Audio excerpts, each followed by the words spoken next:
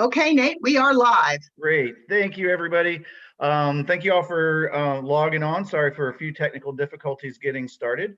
I am Nate McGaha, Executive Director of Arts North Carolina, and this is the 2020 post-election arts issues update and preview. We're going to talk a little bit about what Arts North Carolina has been doing, what happened during the election. We're going to talk a little bit about where we are now, how that's going to affect arts issues moving forward, as well as some thoughts and strategies about how we're going to be approaching things in January and through the spring. So I do want to go ahead and recognize the fact that we've already got some fantastic sponsors. You guys, anyone who's been on these webinars before has seen that we do take the time to recognize those folks that now are not only sponsoring Arts Day, but are sponsoring all of our work throughout the year here at Arts North Carolina, specifically with the pandemic response.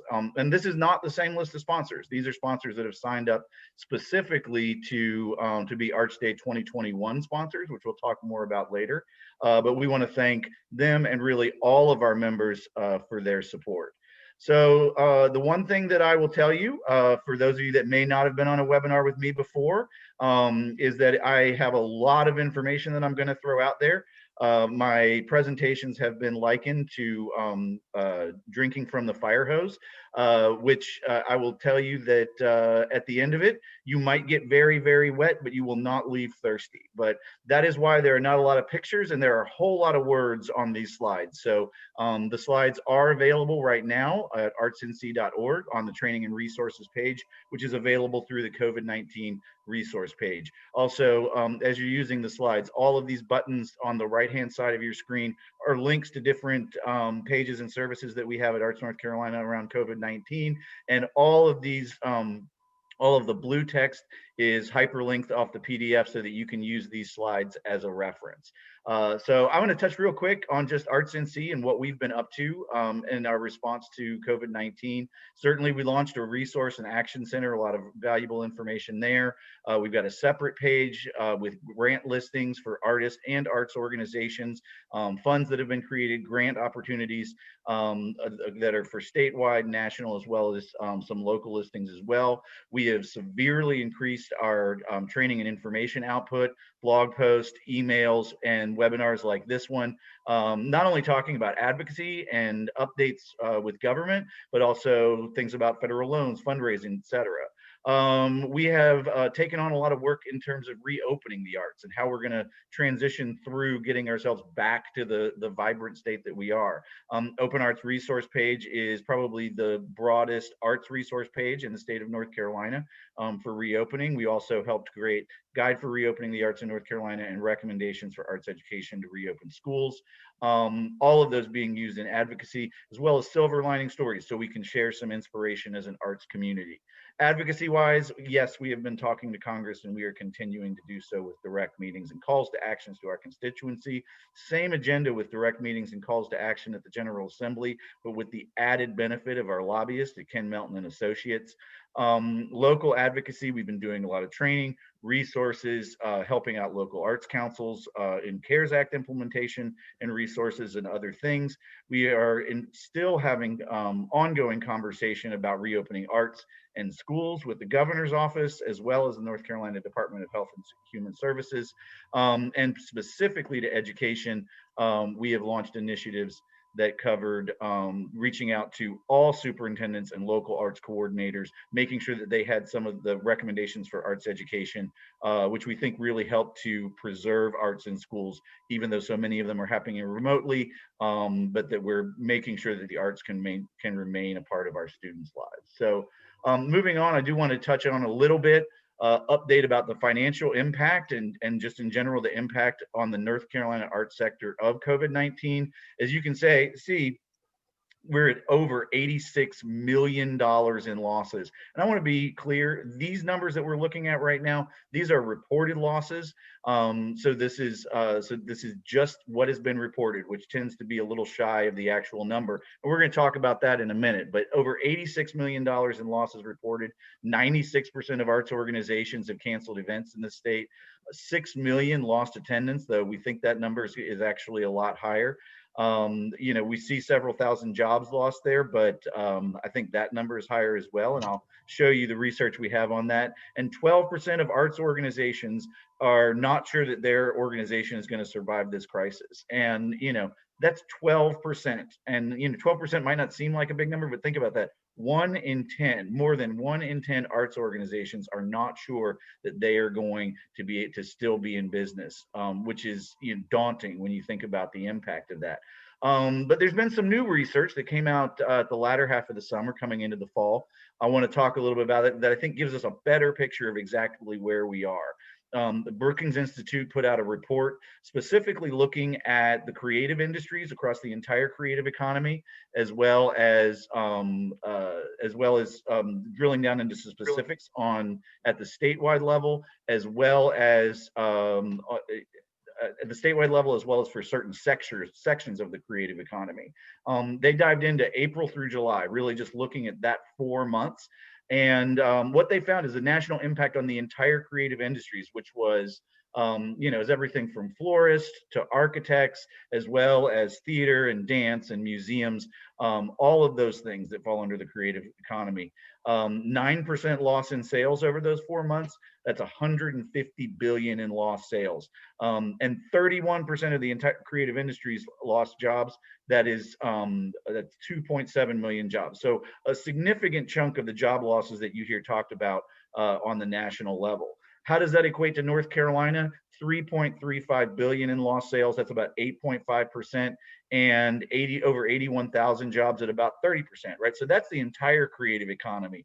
But they also drilled down at the national level on fine and performing arts, which I think most accurately reflects what we consider the nonprofit arts landscape here in North Carolina. On the national level, we're looking at 42.5 billion in lost sales, or 27%, right? So you can see how the fine and performing arts sector is losing a lot more in sales than the entire creative industries and the entire creative economy. And 50% of all jobs in that sector, 50%, 1 in 2 jobs lost, 1 in every 2, totaling 1.5 million jobs nationally. So what happens when we put that into context in the state of North Carolina? So we can use those percentages and apply that to some of the data we have about the nonprofit arts sector in North Carolina. Just in that 4 months alone, could be as much as $100 million in lost sales. And we're 8 months into this pandemic, so it's easy to kind of tease that out, that we're looking at nearly $200 million in losses in the fine and performing arts sector for nonprofits in North Carolina. How does that equate to jobs? That could be as high as 20,000 jobs lost in the nonprofit fine and performing arts sector. So this is the numbers that we're looking at, and it kind of helps to guide what we're calling out as priorities as we move forward. Most of our priorities haven't really changed, but it does put increasing context or continued context to the work that we're doing. So let's talk about the 2020 election results. Obviously, presidential race has gotten a lot of the news.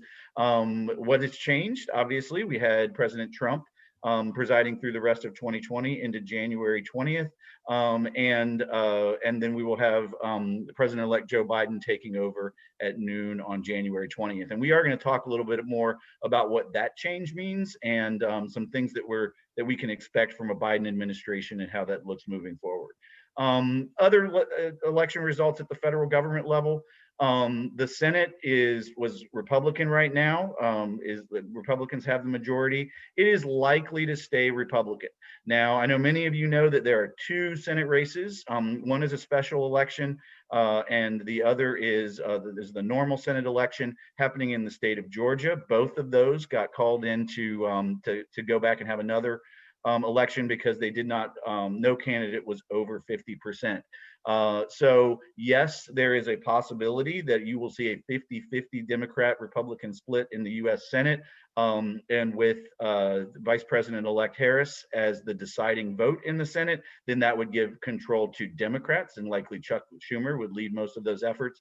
But at this moment, we're moving forward thinking that it is likely Republican, because even with Georgia going blue, Georgia does not have a long history of voting Democrat. So we're expecting it to be Republican control, though obviously we're keeping a very close eye on that and continuing to monitor the situation. U.S. House of Representatives remains in Democratic control under the leadership of Speaker Pelosi. However, the Democrats did have some net losses of seats in the House. So their majority is not as strong. However, they are still the majority party. So we're seeing some pretty tight margins between Republicans and Democrats as to who controls which chamber. But typically we're thinking that nothing is going to change. However, in North Carolina, we know that we are looking at a situation where nothing is going to change. Governor Roy Cooper has won re-election, as many of you know. So the governor's mansion is going to remain in control of the Democrats. The Senate and the House are going to remain in control of Republicans. Democrats gained one seat in the Senate. They lost, I think, as the vote totals are coming out, like 5 or 6 in the House. But what it boils down to is that neither chamber, while the Republicans do control do have the majority, they do not have a veto-proof majority. So the dynamics between Democrats and Republicans and between the governor and the North Carolina General Assembly remains very much the same. So we could be looking at a situation where we're seeing another at least 2 years of vetoes coming through, but we will see. The one major difference about this year is that yes, the census data will be coming out, and the North Carolina General Assembly will be redrafting legislative and congressional district, and that will be a Republican-led North Carolina General Assembly in both chambers. Those districts are going to stand for the next 10 years. I know many of you know that we had a lot of court battles and news coverage and judges getting involved, and I'm not going to recount the last decade of battles about redistricting, both the legislative and congressional districts. However, there does seem to be a feeling heading into this process that the last process they used, which was considerably more open, where they were broadcasting their work and everybody could see the maps, and everybody felt like the entire process was much more transparent and had a little bit more bipartisan buy-in, or considerably more bipartisan buy-in. And we're hearing that that is how the process is likely to move forward, since that seemed to be a little less subject to judicial scrutiny. So no guarantees on that. Obviously, we're going to learn more in January, but that's sort of the outline for election results. Quick note as to why we saw the results we saw here.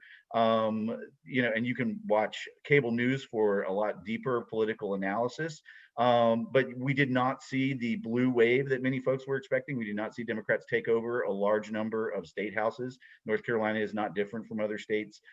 We did not see the Democrats take over the U.S. Senate and then actually lost seats in the House. Reasoning for that, looking in North Carolina, why did this happen in North Carolina? Democrats have always been the big umbrella party, the big tent party, reaching out to a very wide coalition, and that was no different. Obviously, very successful at the national level for the Biden campaign, kind of including as many voices and being very careful to give every voice and every demographic space within that Democratic tent.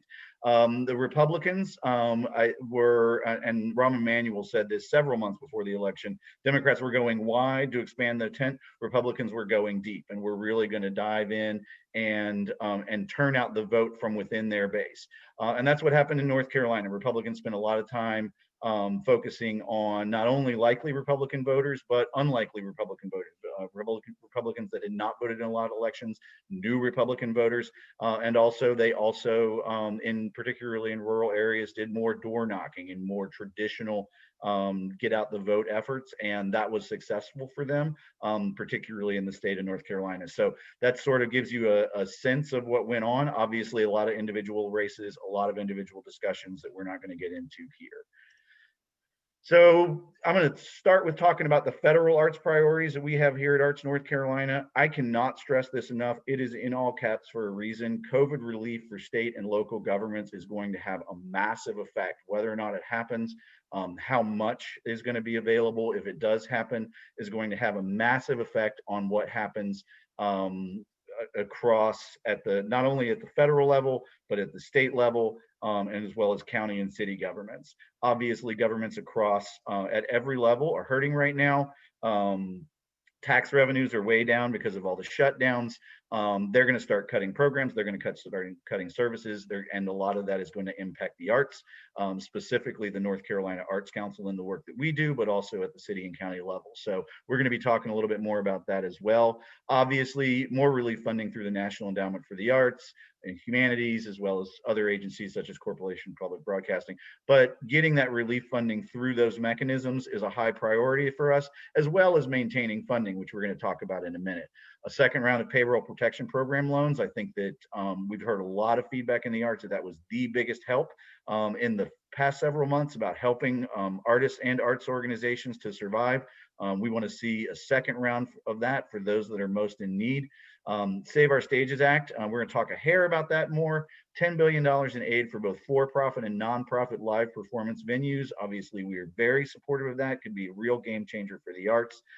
Getting back to that federal pandemic unemployment compensation of $600 per week that expired on July 31st, right? So now we're in a situation where we've got as much as 20,000 arts professionals that are out of work in this state. And so obviously a major priority is getting them assistance, as well as mixed earner pandemic employment assistance.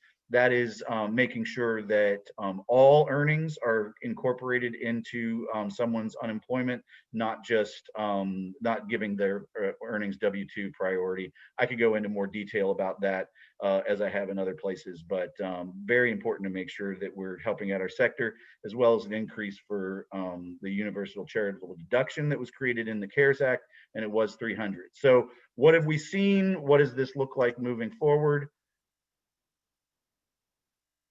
So Democratic legislation has obviously checked a lot more of those boxes, right? So the HEROES 2.0, I think it's just being called the HEROES Act now, $2.2 trillion package that got passed a couple months ago, is addressing a lot, the vast majority of our priorities. 436 billion for state and local governments, 135 million each for the NEA and the NEH. That is almost double the amount of money the CARES Act provided for those institutions to distribute to the arts and humanities. So obviously, both Republicans and Democrats are on board with a second round of payroll protection. However, we have not seen that move through the Senate. We're going to talk a little bit more about that, but some of the more recent versions of the Save Our Stages, even under Democrats, are not being very helpful to nonprofits. The one thing that Republicans are supporting that we haven't seen the Democrats come out for is that increase of the charitable deduction. They had floated some legislation a few weeks ago that would increase that deduction to $600 to individuals and $1,200 for those filing jointly. But that Republican legislation we're talking about are proposals that came from the Republican Senate, but did not pass the Senate. So these are the ideas. These are the thoughts that they're having, but they are still not necessarily getting their Senate caucus entirely around these ideas. So just real quick on the Save Our Stages Act, I know this is really important to a lot of people, $10 billion in relief.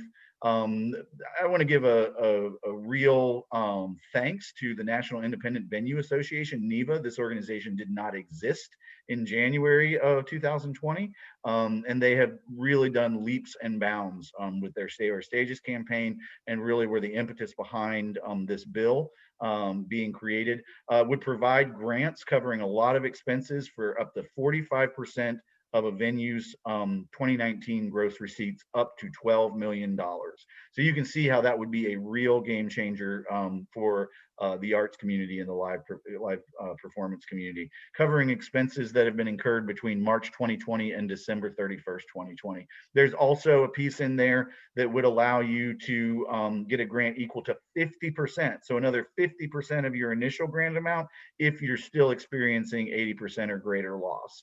And this initial legislation included nonprofits as well as for-profit venues. However, in the Heroes 2.0 legislation, so when this moved from a separate bill into being wrapped into the Heroes 2.0, it did require that 70% of revenue needed to come from admissions, concessions, and merchandise during events, right? So, so the idea here was that if an event was covered by sponsorships that were greater than 30% of the total revenue, then that would call into question as to whether or not those venues that were covered by massive sponsorships would be eligible for this funding. However, most nonprofits in general would still be covered with this, though there was some concern. More recently, Senate Democrats in the Small Business Committee had filed a different piece of legislation or proposed a different piece of legislation. I don't think it actually got filed. And the wording there would require 70% of all revenue to come from admissions, concessions, and merchandise. Obviously, with nonprofits that that might get as much as 30, 40, or 50% of their revenue through donations, this would be problematic and could exclude some nonprofits. We're working with Americans for the Arts to make sure that the Senate and the House are both very aware of the problems that could have. Even though NEVA is primarily has most of its members are for-profit, this change did not come from NEVA from what I understand, but is more from the Broadway League. These are conversations that are happening at all levels, and everybody is sort of looking out for their own constituencies. So we're working to make sure that the nonprofit voice is heard as well. So current situation in Washington, D.C. President-elect Biden's transition is happening. No, the Trump administration has not officially conceded and has not signed the paperwork required to get the Biden transition funding and access. I'm sure that you guys have heard a lot about that in the news, but the Biden transition process is moving forward. They are they've already set up several agency review teams across the entirety of the federal government, bringing in experts to have these conversations. There is one set up for the arts and humanities that covers National Endowment for the Arts, humanities, public broadcasting, Smithsonian, other federal agencies that deal with the arts and humanities. One of the folks on that 7-member team is Americans for the Arts CEO Bob Lynch. So we do have a voice in that table, right? So Arts North Carolina is having conversations with Americans for the Arts on a regular basis, more than once a month at this point, sometimes as much as once a week. And that information is going to Bob, and that is being fed into the transition process. So the arts do have a voice in how things are being set up in terms of that. I will say that in terms of leadership at the National Endowment for the Arts, I get that question sometimes.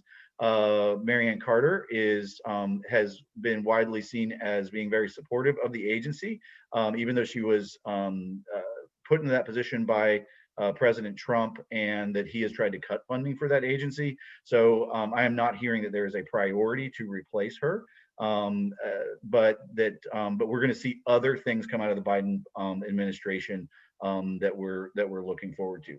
Biden doesn't have official arts policy yet.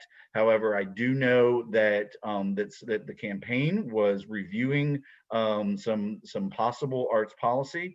I can't get into a whole lot of detail about that, but we do think that the Biden administration, based on past history, as well as what we know about that policy, may change do some things in terms of staffing, as well as how they address federal policy that is going to be more favorable not only to nonprofit arts, but to all the arts and to the broader creative economy. I will say that that the one thing that the DNC had that the RNC didn't have back in August for the convention is that on that 2020 platform for the DNC, they had an arts plank. It's really just a paragraph. You can check out that link off the slide, but it really is a commitment from the Democratic Party that is supportive of the arts and culture as part of our democracy. So looking at what the federal budget, I mean, even amidst this whole pandemic, we do still have to think about things that are outside of the pandemic, like just keeping the National Endowment for the Arts funded, or just the national government funded. The House several months ago did pass a spending bill one of 12 spending bills that make up the federal budget, for $170 million for both the National Endowment for the Arts and the National Endowment for the Humanities. That is a $7.5 million increase each.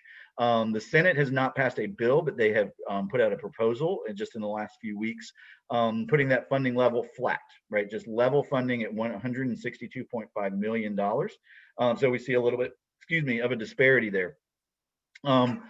Coming into this, we're already under a continuing resolution. They have kicked this can down the road. That continuing resolution is expiring on December 11th, so only just a few weeks away. There is conversation happening right now about coming up with an omnibus, which is basically one bill that is going to cover all 12 spending bills and reach some sort of compromise between the House and the Senate. And if it doesn't happen before December 11th, they may do another continuing resolution for a week or two as they work out all of the details. We saw this exact same situation last year, which seems like 10 years ago, so that was before the pandemic. And what happened there, where we saw the Senate going for level funding and the House going for an increase, is that in the compromise they simply just split the difference right down the middle. So if that happened, which is very possible, we'd see NEA funding at 166 million, which is about a $3.75 million increase. What's happening with COVID-19 relief legislation, right? Like, how are things looking for that? It is not likely that in the next month we are going to see a COVID-19 relief package pass in the lame duck session. I think that there are two major reasons. I think that Democrats in the House are eyeing having a Biden White House as an ally in those conversations. I think they'd move forward with legislation if it was there, but there's also no one is having this conversation. Republicans are not having this conversation. Democrats are not having this conversation.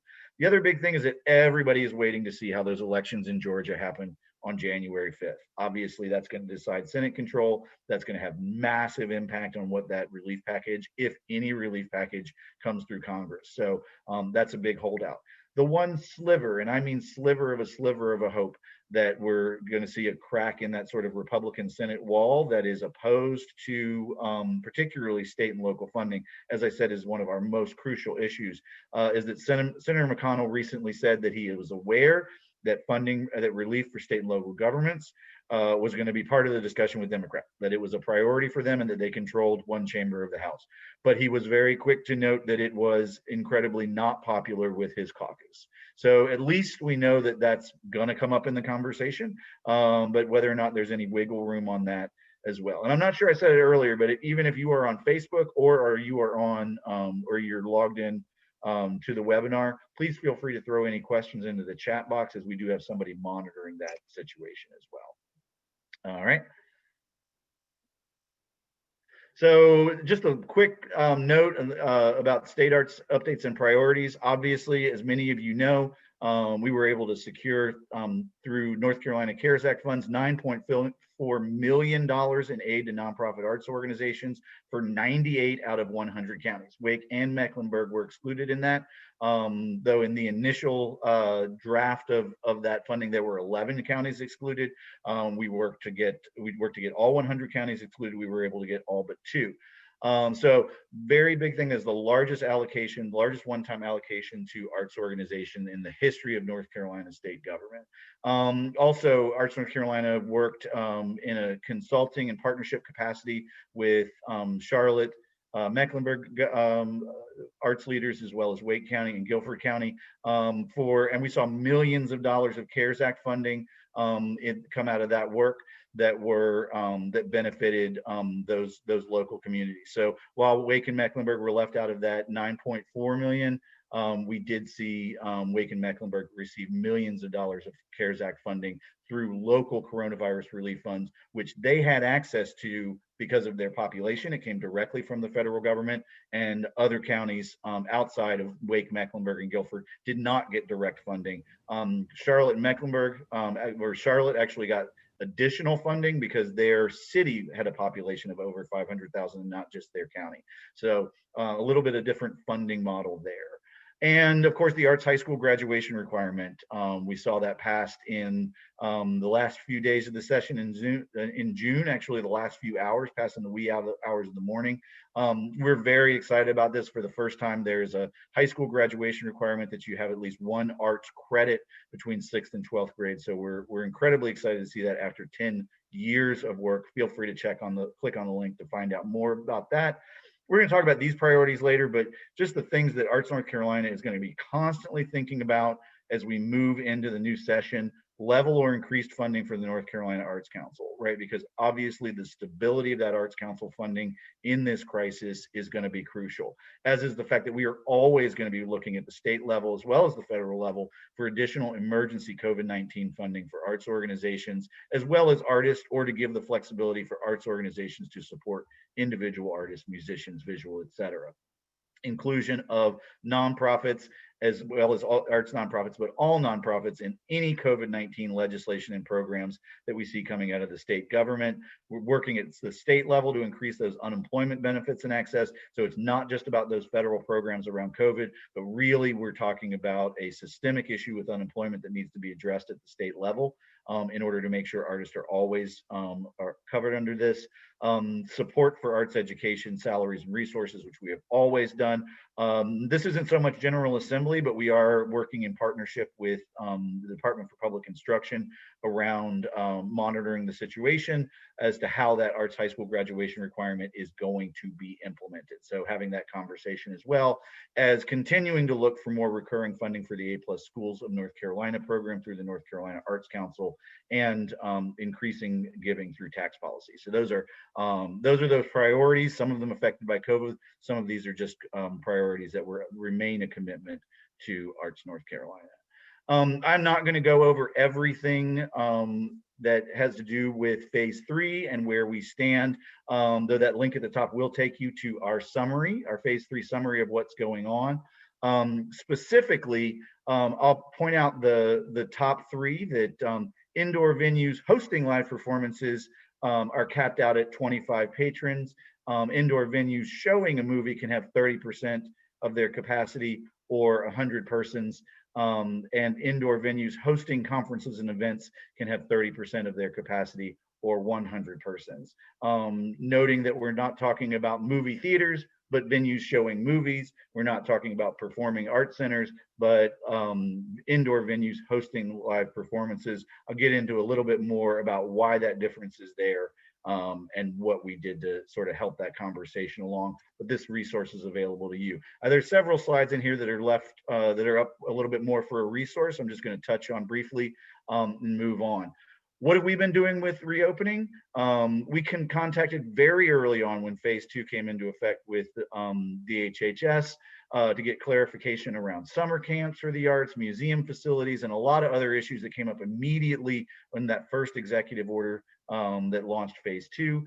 We worked throughout phase 2 very closely with art museum leaders to communicate to DHS about them not being included in phase 2, including advocacy, letter writing, in order to make sure that, you know, obviously there was some incongruency. Why is retail open at 50%, museums are not? Having those conversations, positioning art museums, and we were finally able to see museums included in that in phase 2.5 in early September.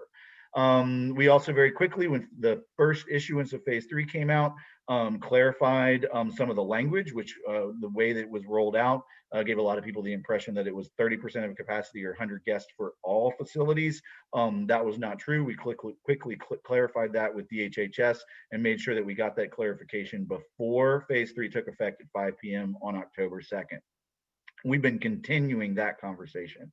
And we also made sure that we clarified the capacity were dependent on the activity, not on the venue. So if you are showing a movie in a performing arts center, then you can have 30% or 100 people. If you have a singer in a performing arts center, or if you have a singer in a movie theater, then you can only have a cap of 25 people. So we clarified that, and we are continuing that conversation. Right now, we are working with some of our statewide partners, North Carolina Theater Conference, North Carolina Presenters Consortium, partners of Arts North Carolina for a long time. Also bringing into that conversation a new organization, North Carolina Independent Venue Alliance, which is a group of 30 plus for-profit music venues. I think they have a few comedy clubs as well, forming a coalition to have these conversations with both the governor and DHHS to work on these restrictions and guidance in a way that we can have all venues open up at the same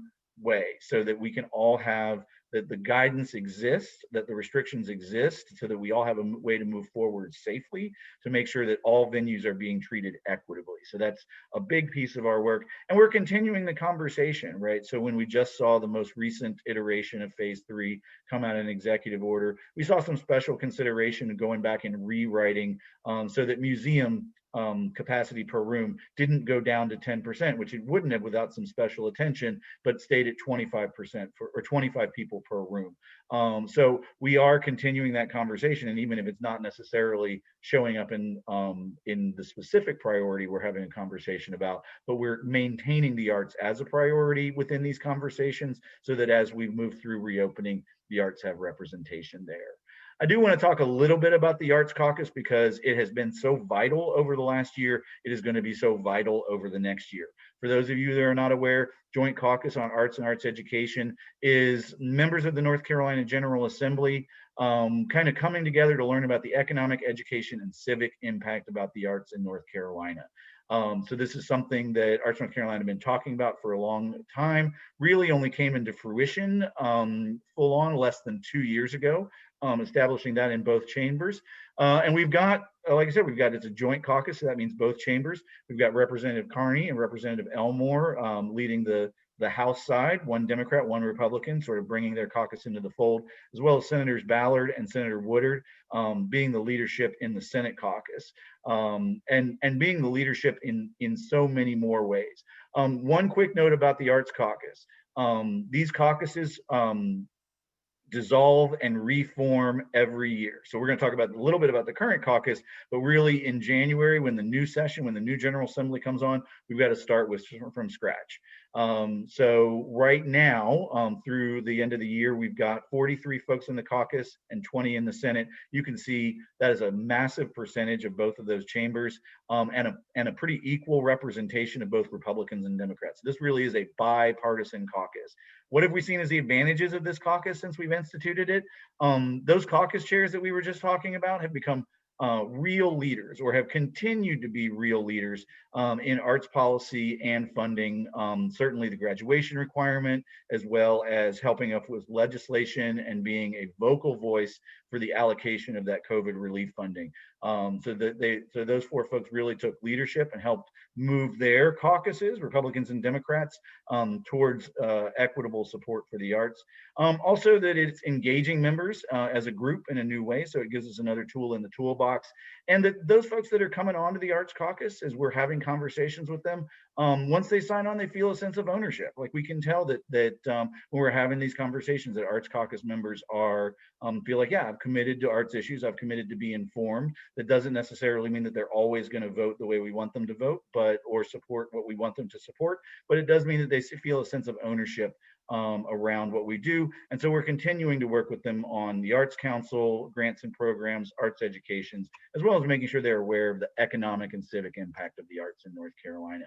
For those of you that have seen my presentations before, this little recap of advocacy methodology, I'm throwing it in here as a reference. I do want to talk if somebody is not signed up for our email list, that is a great way to start an alliance with Arts North Carolina. We are here to help. We get those emails prepared. It's a way to start that initial grassroots conversation with your elected representative. So please check us out at Arts NC or go to Americans for Arts. Sign up for those email lists because it is so vital that we're getting the information to you and letting you know when the time to act is. And I want to talk a little bit about these relationships, these conversations, grass tops advocacy, right? Having those meetings with the decision makers at all levels of government, making sure that you come out for those events like Arts Day or the National Arts Action Digital Summit, so important. And then when we're having these conversations, sharing the story about what you do and why you do it, really that human element, educating and explaining exactly what the impact of the arts is and why it's important, as well as making that ask for the arts is so very vital to those conversations, so that there's a real takeaway and a way to move the conversation forward. Moving on, again, for those of you that have heard this presentation before, I always say there is no wrong time to have a meeting. Anytime that you are talking to a decision maker is a good time to talk to a decision maker.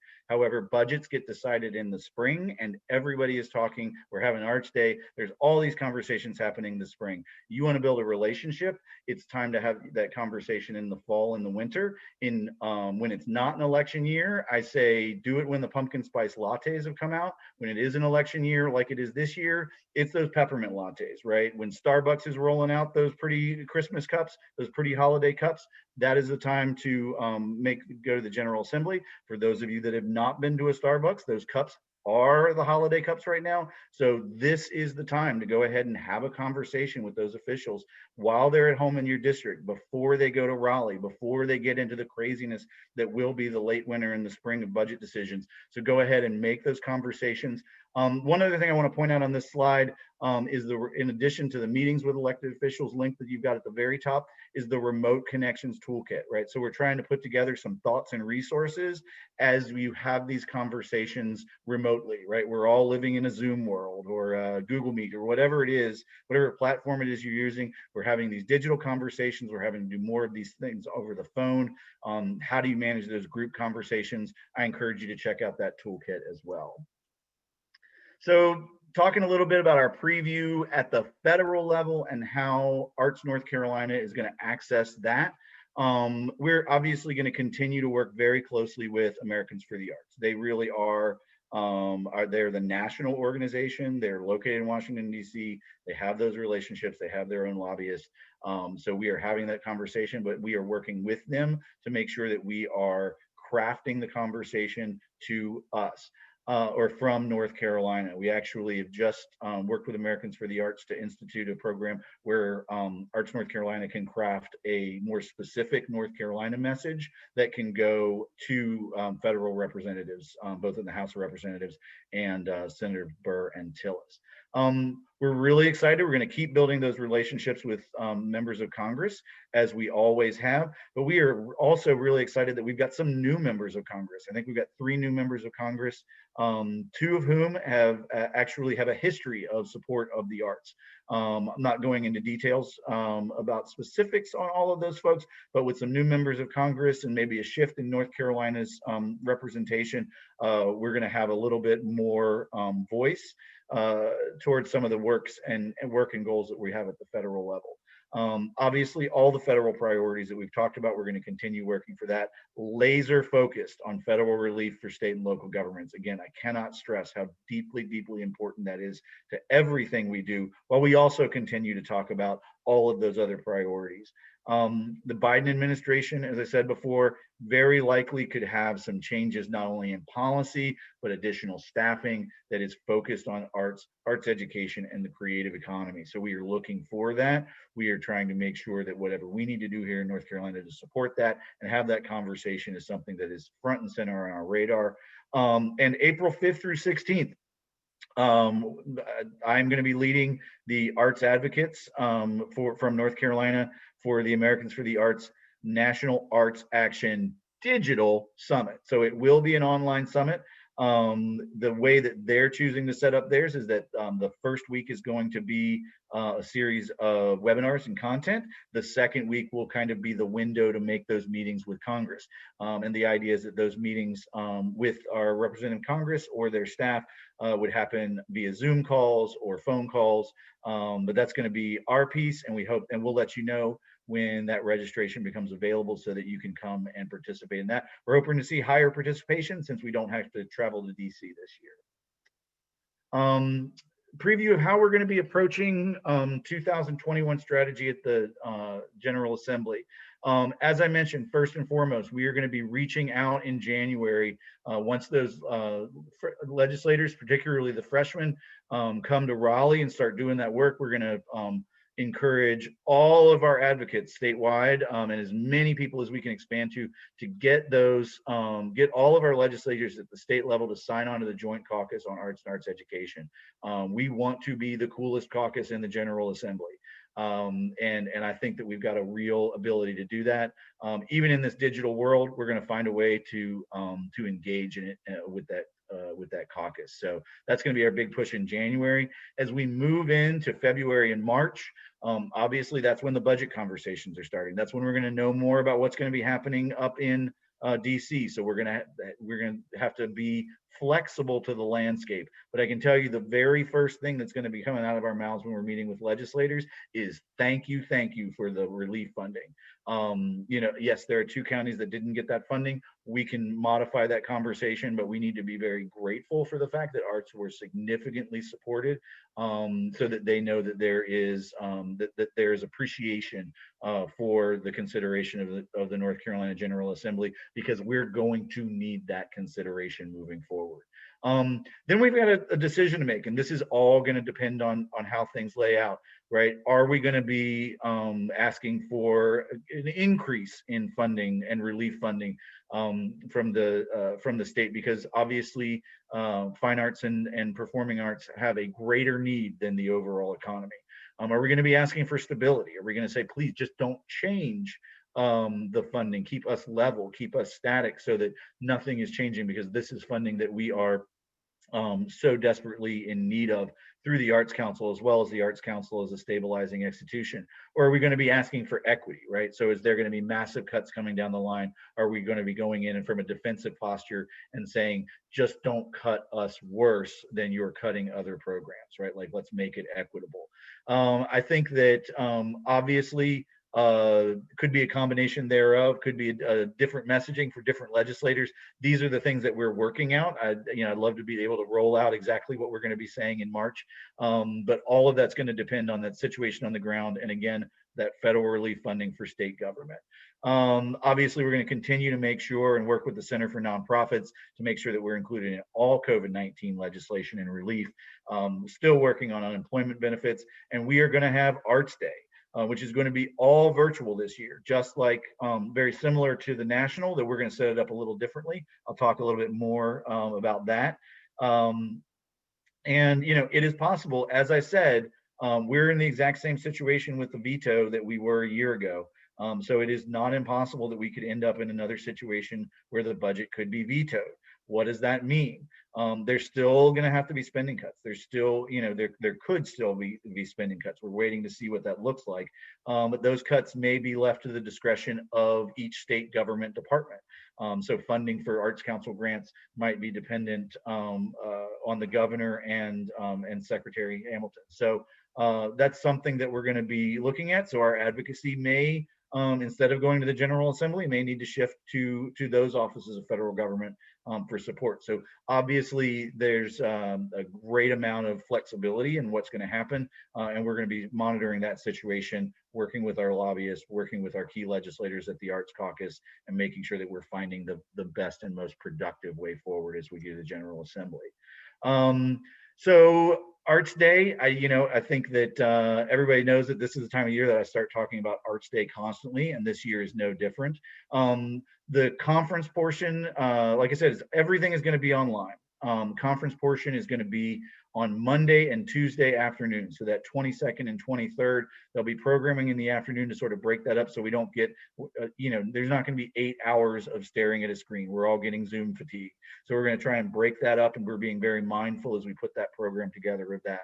Legislative visits, we're going to suggest that those happen on Tuesday and Wednesday mornings. We're going to work with county captains to use their platforms and to get those meetings together. But there is it's not like Arts Day where everything had to happen on one day between the hours of 8 a.m. and 2 p.m. These meetings can happen at different times throughout the year, and these meetings should happen at different times throughout the year.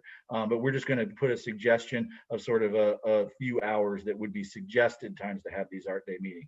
We're going to have the same great content we always have: speakers, performances, professional development, all the things that you've come to rely on. We are going to have the same connections. We're going to have those legislative visits, and we are making sure that we're investing in a online platform that's going to make that networking a little bit more seamless. People come to Arts Day every year because they get connected to other folks. That's going to be really vital to us. As we announced earlier, we're keeping registration to $75, which is $100 less than the early bird price was a year ago.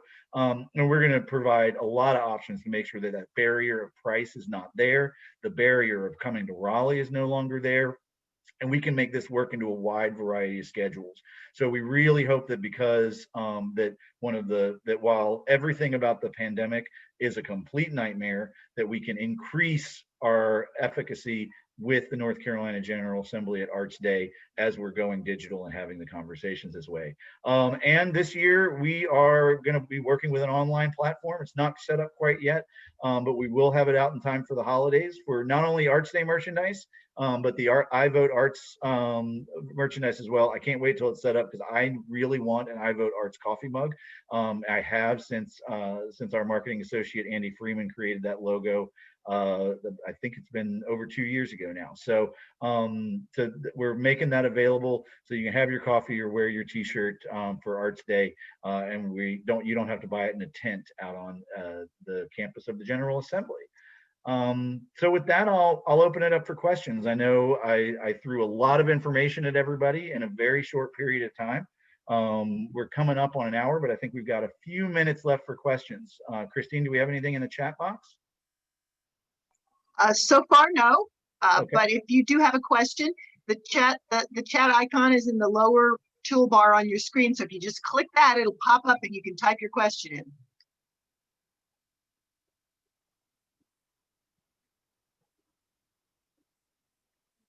Nothing yet? Nothing yet. Okay. Just give it a couple minutes and you Absolutely, can of course. fill some time.